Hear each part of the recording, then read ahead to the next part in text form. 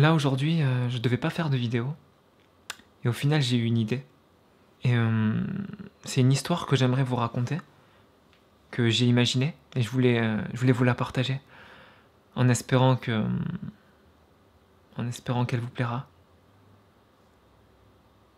Il était une fois une fille qui s'appelait Mathilde. Un soir, pendant qu'elle faisait ses devoirs, elle entend quelqu'un taper à la porte.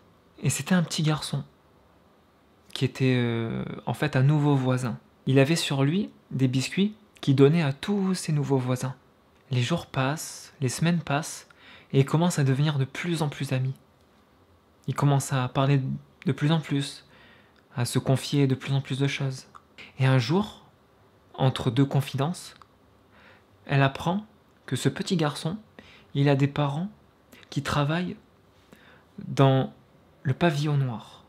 C'est un bateau noir qui est très connu pour faire un alcool et des bouteilles d'alcool très réputées, très chères et même très rares, qui deviennent de plus en plus rares.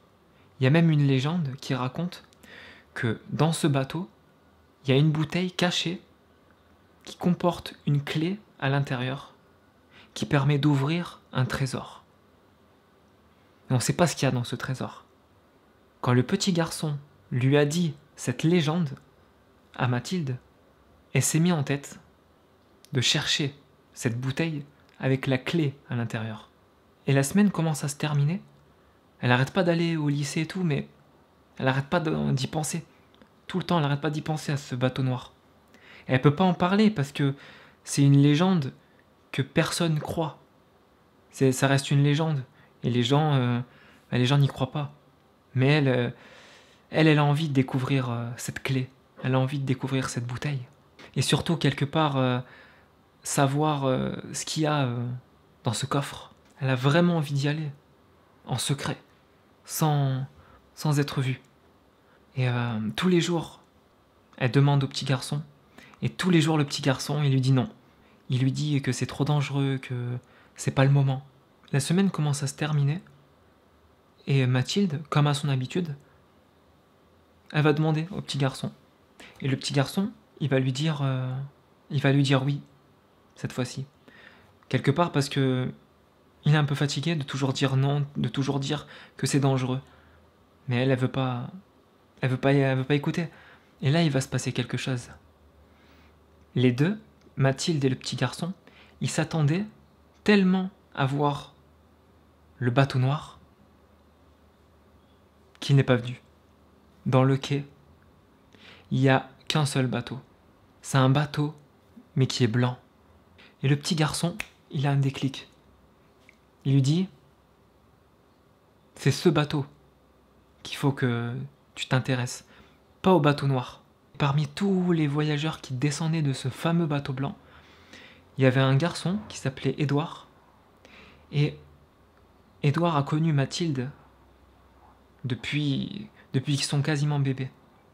Et ils se sont toujours aimés, mais il n'y en a aucun des deux qui a osé avouer ses sentiments. Lui, il était complètement amoureux d'elle, mais il ne l'a jamais dit. Et elle était complètement amoureuse de lui aussi, mais elle ne l'a jamais dit non plus. Et c'est grâce à ce moment-là que le petit garçon, il disparaît. Alors elle demande aux passants, aux marins, aux touristes, aux voyageurs, s'ils n'ont pas vu un petit garçon. Mais personne n'a pu voir de petit garçon, puisque les enfants sont interdits sans leurs parents. Il n'y avait pas d'enfants, il n'y avait pas de petit garçon. Il n'y avait que elle et lui, finalement. Alors elle continue quand même de demander, mais vraiment personne n'a vu ce petit garçon, quoi. Et en attendant, Édouard, il était tellement heureux. Mais au fond de lui, il avait vraiment envie de lui déclarer ses sentiments pour Mathilde. Et le temps passe un peu, et il y a une jeune femme d'une trentaine d'années qui arrive vers Mathilde et vers Édouard, et qui lui dit moi je l'ai vu ce petit garçon. Je l'ai vu, mais je l'ai vu hier, moi, ce petit garçon. Il est parti hier soir dans un bateau noir. Il a dit que ton enfance était finie, mais qu'il a juste été là pour t'aider à surmonter l'épreuve. Elle commence à réaliser une chose, mais elle en est pas sûre. Et elle regarde ce bateau tout blanc qui commence à partir de la côte.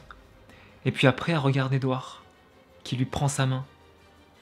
Et c'est à ce moment-là que elle commence à comprendre quelque chose. Et qu'elle commence à devenir de plus en plus heureuse. Mais elle n'est pas heureuse parce qu'elle a retrouvé Édouard. Elle n'est pas heureuse pour ça. Elle est heureuse parce que dans le fond, le trésor, peut-être que c'était pas une légende, puisque le trésor était devant elle.